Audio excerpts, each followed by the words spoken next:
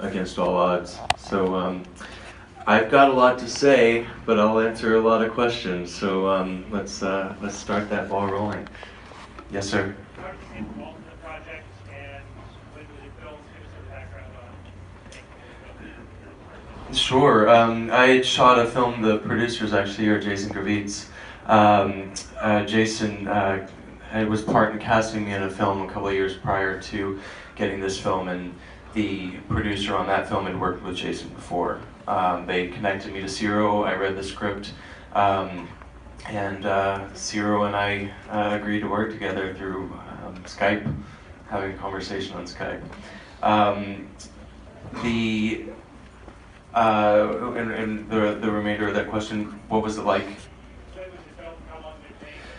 When was it filmed? It was filmed in July, August 2014, and it took 7 weeks. It was just 7 weeks of shooting. Hello. This is okay. Hello. 7 weeks. I was down there for 8 weeks. Jan was down there for 2 weeks prior. They brought me in 2 weeks before me shooting, so I could master the languages.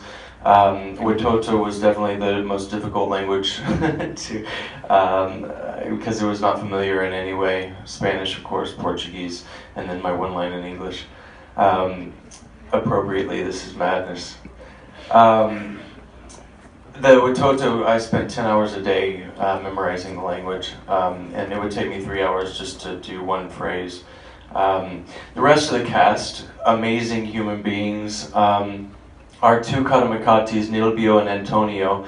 Nilbio is the youngest one. He is a farmer living in Mitu, which is the capital of one of the departments in Colombia. For lack of a better word, they're rural country, and then outside, he actually has a village right outside of Mitu, so it's an hour-and-a-half boat ride into his village. So Ciro and Christina and the production team were out seeking extras because they were going to start casting for the film. And everyone that is indigenous in the film is indigenous. There's no actors playing those roles. And Nilbio's family was going to participate. Nilbio said, I'm not doing it. And then they pressured him into doing it. He goes, okay, I'll do it, but I'm going to be the star of the film. And he is amazing. He's just an incredible human being too. And then Antonio had shot a film about 20 years prior. And not bad for you. Have you done ayahuasca? In the middle of the Amazon, I mean, I was excited to go to the Amazon and shoot a film, you know, especially this film with the properties that it had involved.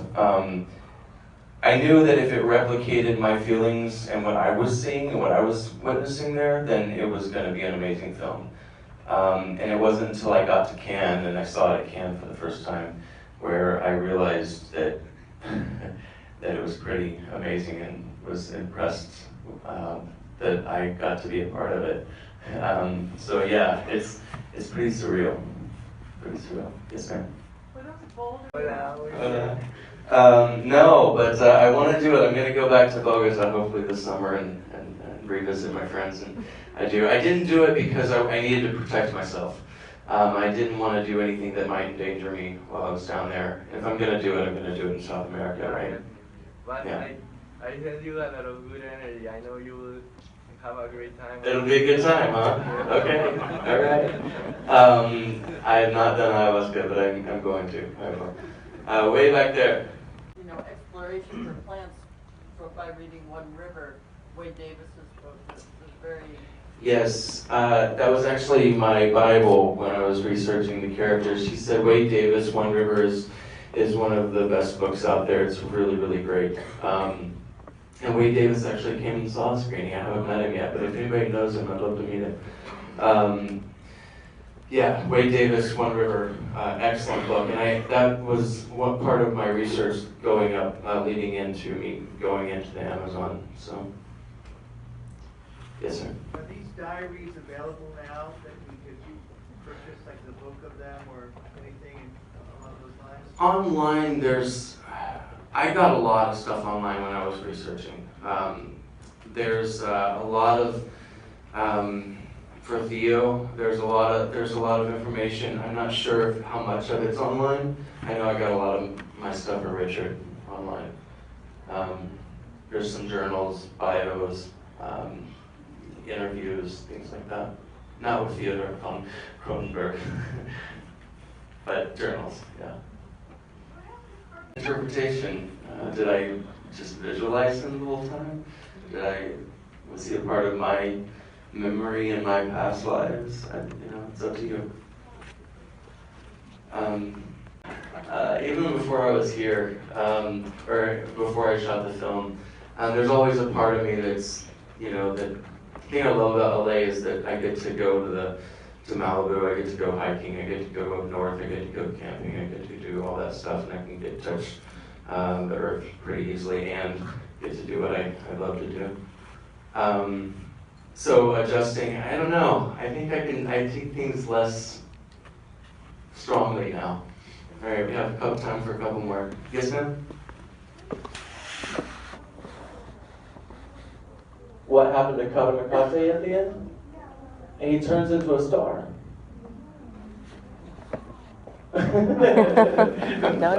No, he turns into a star. My Katamikate was difficult because he is not an actor. Amazing in a lot of ways in that I would be having a scene with him and I would look into his eyes and at first he would think that I would be saying these two things to him. He would be believing, and then I thought that was interesting, which when I'm dealing with an actor and I can trust that they're with me on it, then that's fine. But when I'm dealing with somebody who is not an actor and I'm yelling at them, I just want to make sure he knows that everything's cool. But he would start just telling stories and go way off script, and I did not. It was difficult, but they would bring him in and maneuver him, and I only had 1 or 2 takes. I had to be very precise with everything. And Ciro and the team were very precise with everything. I really think that they had a lot of things just mapped out, as best they could. But at the same time, the butterfly scene was a gift. That wasn't the ending of the film. The ending of the film was a whole other scene where I go back, and I start journaling. So a lot of things were just left up to nature, and that was improvised. Yes, ma'am. I was just curious about your own vision of yourself in the movie, in the film, and also whether you were able to speak with Ciro and find out what he saw your own work. It's funny because how did I see myself in the film? I don't know. I don't ever judge I look at the film as a whole and I'm amazed and honored to be a part of something like this.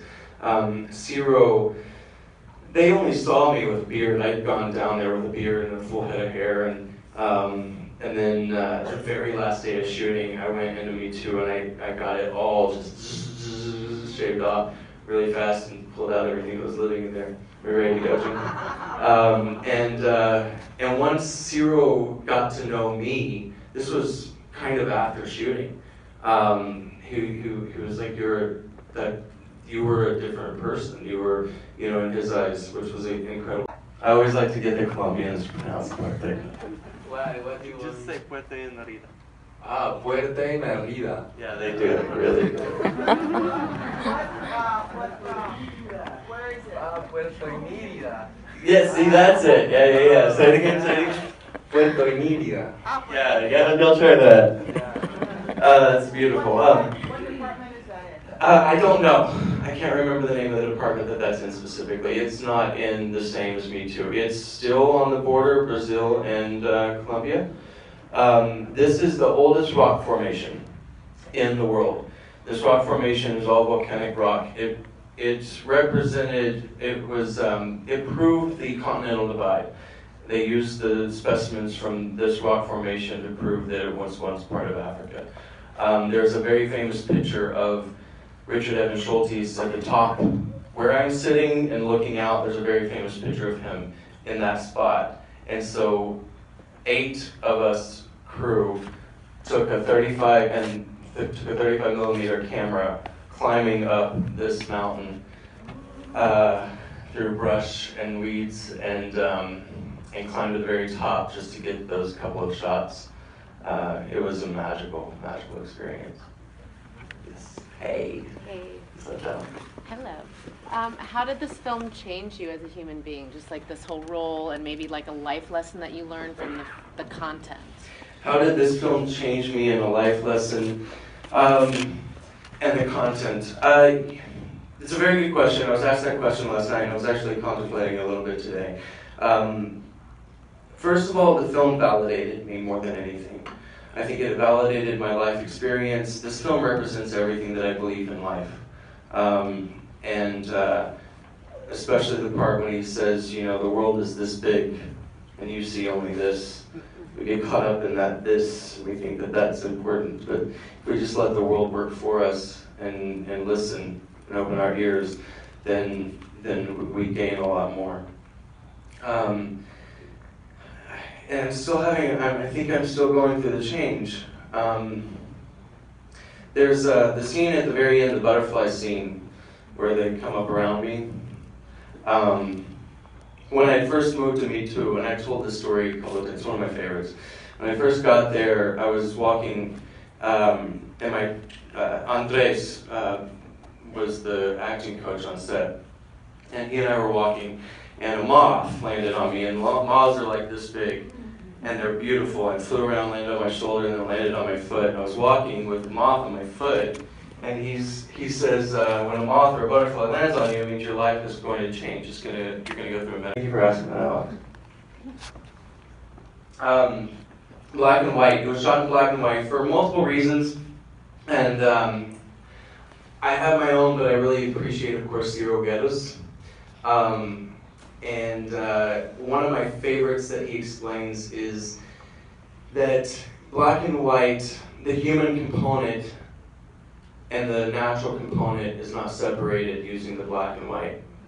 So you're left with this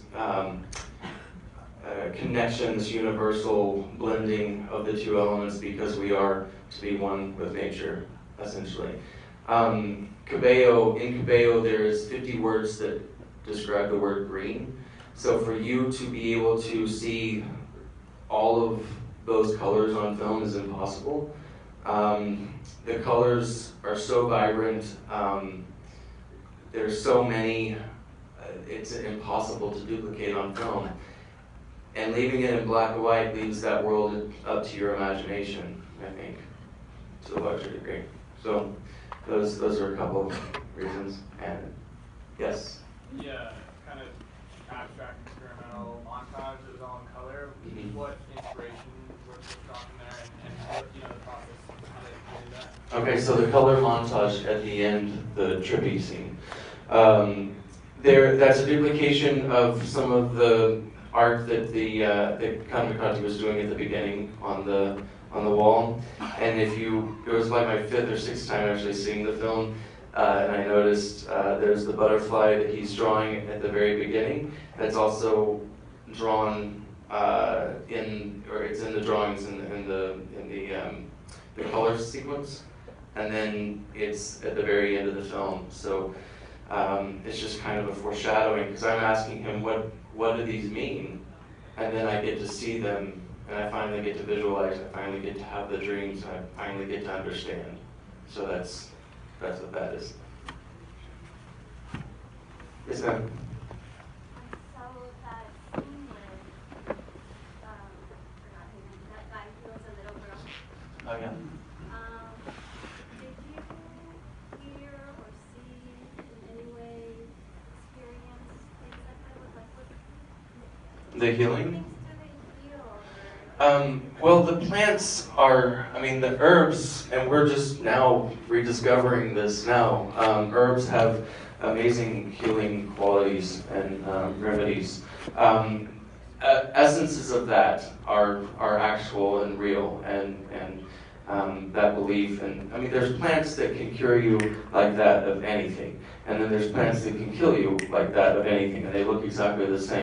I always like to get the Colombians to pronounce Puerte. Why? What do you Just say Puerte en la vida. Ah, Puerte en la vida. Yeah, they do, really. Where is it? Ah, Puerto Inírida. Yeah, see, that's it. Yeah. Say it again, say it again. Puerto Inírida.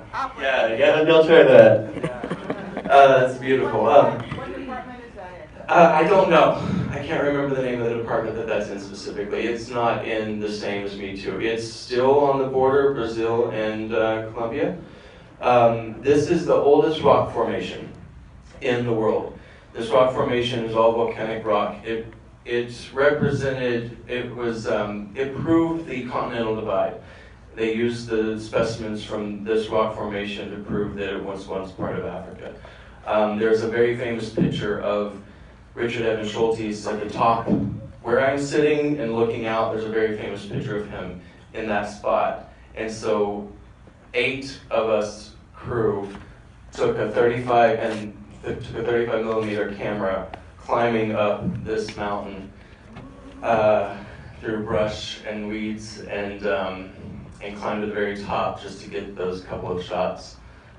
It was a magical experience. Yes. Hey. Hey. Sit down.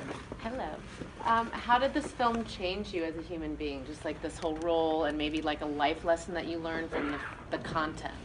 How did this film change me in a life lesson and the content? It's a very good question. I was asked that question last night, and I was actually contemplating a little bit today.